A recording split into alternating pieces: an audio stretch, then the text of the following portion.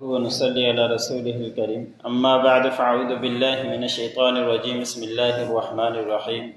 وإذا قرأت القرآن جعلنا بينك وبين الذين لا يؤمنون بالآخرة حجابا مستورا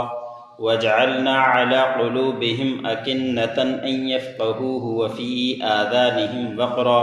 وإذا ذكرت ربك في القرآن وحده ولوا على أدبارهم نفورا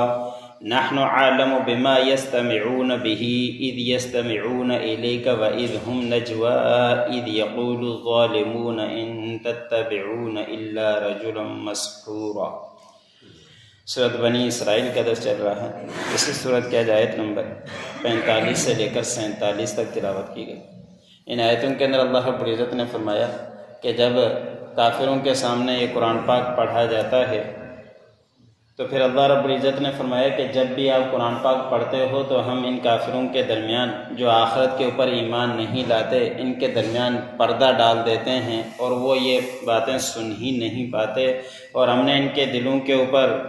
پردہ ڈال دیا ہے اور ان کی کانوں کے اوپر، ان کی سمجھوں کے اوپر بھی پردہ ڈال دیا ہے کہ ان کو کچھ بھی سنائی نہیں دیتا۔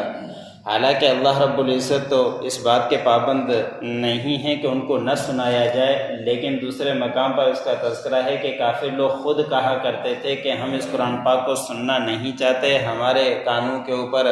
اندر رویاں پڑی ہوئی ہے، اس طرح کے وہ الفاظ کہا کرتے تھے۔ تو اس کے اوپر اللہ رب العزت نے فرمایا کہ جب یہ سننا ہی نہیں چاہتے تو پھر ہم نے ان کو یہ قرآن پاک سنوانا بھی نہیں ہے کہ جب بھی آپ پڑھتے ہیں تو ان کے اوپر سامنے ہم نے پردہ ڈال دیتے ہیں کہ ان کو کچھ سمجھ بھی نہیں دیتا۔ اور کافر لوگ نبی کریم صلی اللہ علیہ وسلم کے کسی بھی مہمان دور سے آئے ہوئے کو ملنے نہیں دیا کرتے تھے۔ ان کو معلوم تھا کہ کوئی دور سے آیا اور ان سے مل لیا اور اس نے قرآن پاک کو پڑھتے ہوئے سن لیا تو پھر راہ راست پر آ جائے گا۔ کئی واقعات اس طرح کے حدیثوں کے اندر آتے ہیں کہ بڑے بڑے سردار آئے اور ان کو کافروں نے تنبیہ کی کہ اس کے پاس نہیں جانا۔ آپ صلی اللہ علیہ وسلم کو جادوگر کہا کرتے تھے، ساحر کہا کرتے تھے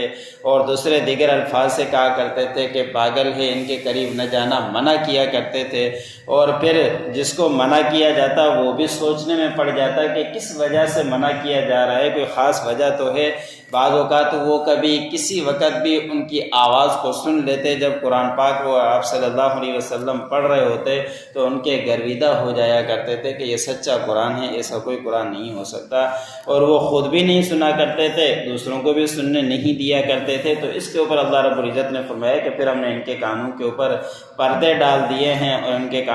دلوں کے اوپر پردے ہیں، یہ کوئی بات ان کو آپ کی سمجھ نہیں آئے گی، جو بھی آپ پڑھتے ہیں ان کو کچھ بھی سنائی نہیں دے گا۔ اور جب بھی آپ قرآن پاک کو پڑھتے ہیں اکیلے میں تو پھر یہ پیٹ پھیر کر نفرت کرتے ہوئے بھاگ جاتے ہیں اور خود سننے کے لیے راضی نہیں ہیں۔ اور پھر اللہ رب العزت ایسے لوگوں کو کیوں یہ قرآن پاک سنوائیں؟ جب یہ خود توجہ دیں، سنیں تو ان کو ضرور اس کا اثر پڑے گا، لیکن آپ صلی اللہ علیہ وسلم کو جادوگر کہہ کر ٹھکرا دیا کرتے تھے۔ اگلی آیت میں اللہ رب العزت نے فرمایا کہ ہمیں معلوم ہے کہ یہ جو قرآن پاک سنتے ہیں اپنے ایمان کے لیے نہیں سنتے، بلکہ ان میں سے کوئی غلطی نکالنے کے لیے سنتے ہیں اور ان میں اپنا مقصد نکالنے کے لیے سنتے ہیں اور اپنی سرگوشاں کرنے کے لیے کہ کوئی بات یہاں قرآن پاک سے نکلے، پھر ہم جا کے ان کے واہ کریں اور آپس میں جا کے اس طرح کی باتیں کریں کہ قرآن پاک کے اندر یہ تذکرہ ہے۔ جس طرح کے قرآن پاک کے اندر جالے کا تذکرہ ہے، مکڑی کے جالے کا تو اس کا تذکرہ ہے، تو اس کے اوپر کافی لوگ مذاق اڑایا کرتے تھے کہ یہ کیسا قرآن ہے جس کے اندر مکڑی کے جالے کا تذکرہ ہے، اور پھر اس کے اندر جانوروں کا بھی تذکرہ ہے، اس کے اوپر بھی مذاق اڑایا کرتے تھے۔ تو سننے کا مقصد ان کا یہی تھا کہ ہم کوئی بات یہاں سے لیں اور ان کا جا کے ہم مذاق اڑائیں۔ تو اللہ رب العزت نے فرمایا کہ ہم زیادہ جانتے ہیں کہ وہ کس بنا پر سنتے ہیں اور کس وجہ سے وہ کان لگا کر سننے کی کوشش کرتے ہیں۔ صرف یہ کہ کوئی بات وہاں سے نکل جائے، سن کر پھر آپس میں بیٹھتے ہیں اور پھر آپس میں سرگوشیاں کرنے لگ جاتے ہیں۔ اور یہ ظالم لوگ کہتے ہیں کہ تم نہیں پیروی کرتے مگر ایک جادو ہے کیے ہوئے شخص کی پیروی کیا کرتے ہو۔ آپ صلی اللہ علیہ وسلم کے اوپر روایتوں کے اندر آتا ہے کہ ایک یہودی نے جادو کیا تھا،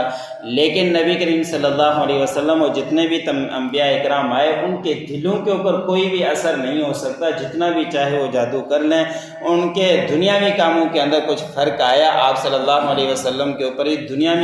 دنیاوی کاموں کے اندر ذرہ برابر فرق آیا تھا، لیکن دل خالص اللہ رب العزت کے لیے خالص تھا۔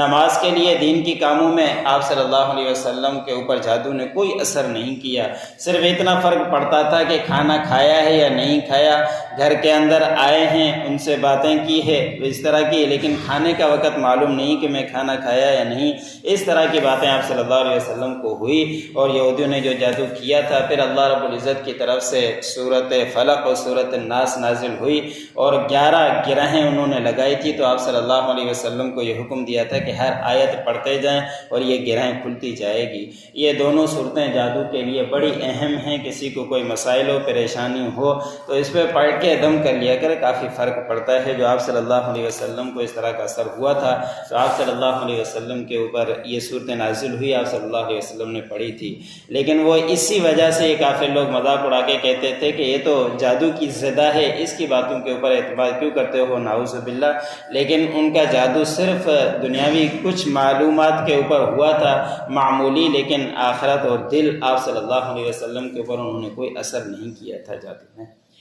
وَإِذَا قَرَأْتَ الْقُرْآنَ جَعَلْنَا بَيْنَكَ وَبَيْنَ الَّذِينَ لَا يُؤْمِنُونَ بِالْآخِرَةِ حِجَابًا مَسْتُورًا، اور جب آپ پڑھتے ہیں قرآن کو تو ہم بنا دیتے ہیں آپ کے درمیان اور ان لوگوں کے درمیان جو آخرت کے اوپر ایمان نہیں لاتے پردہ لٹکا ہوا۔ وَجَعَلْنَا عَلَىٰ قُلُوبِهِمْ أَكِنَّةً، اور ہم بناتے ہیں ان کے دلوں کے اوپر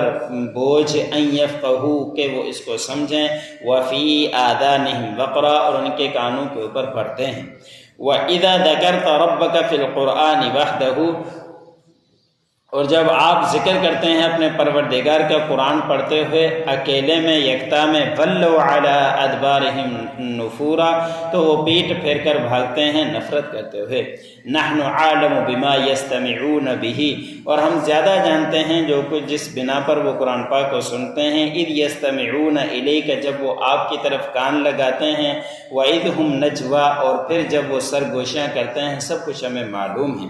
اِذْ يَقُولُ الظَّالِمُونَ إِن تَتَّبِعُونَ إِلَّا رَجُلًا مَسْحُورًا، وہ کہتے ہیں، ظالم لوگ کہتے ہیں کہ نہیں تم پیروی کرتے مگر ایک جادو زدہ شخص کی۔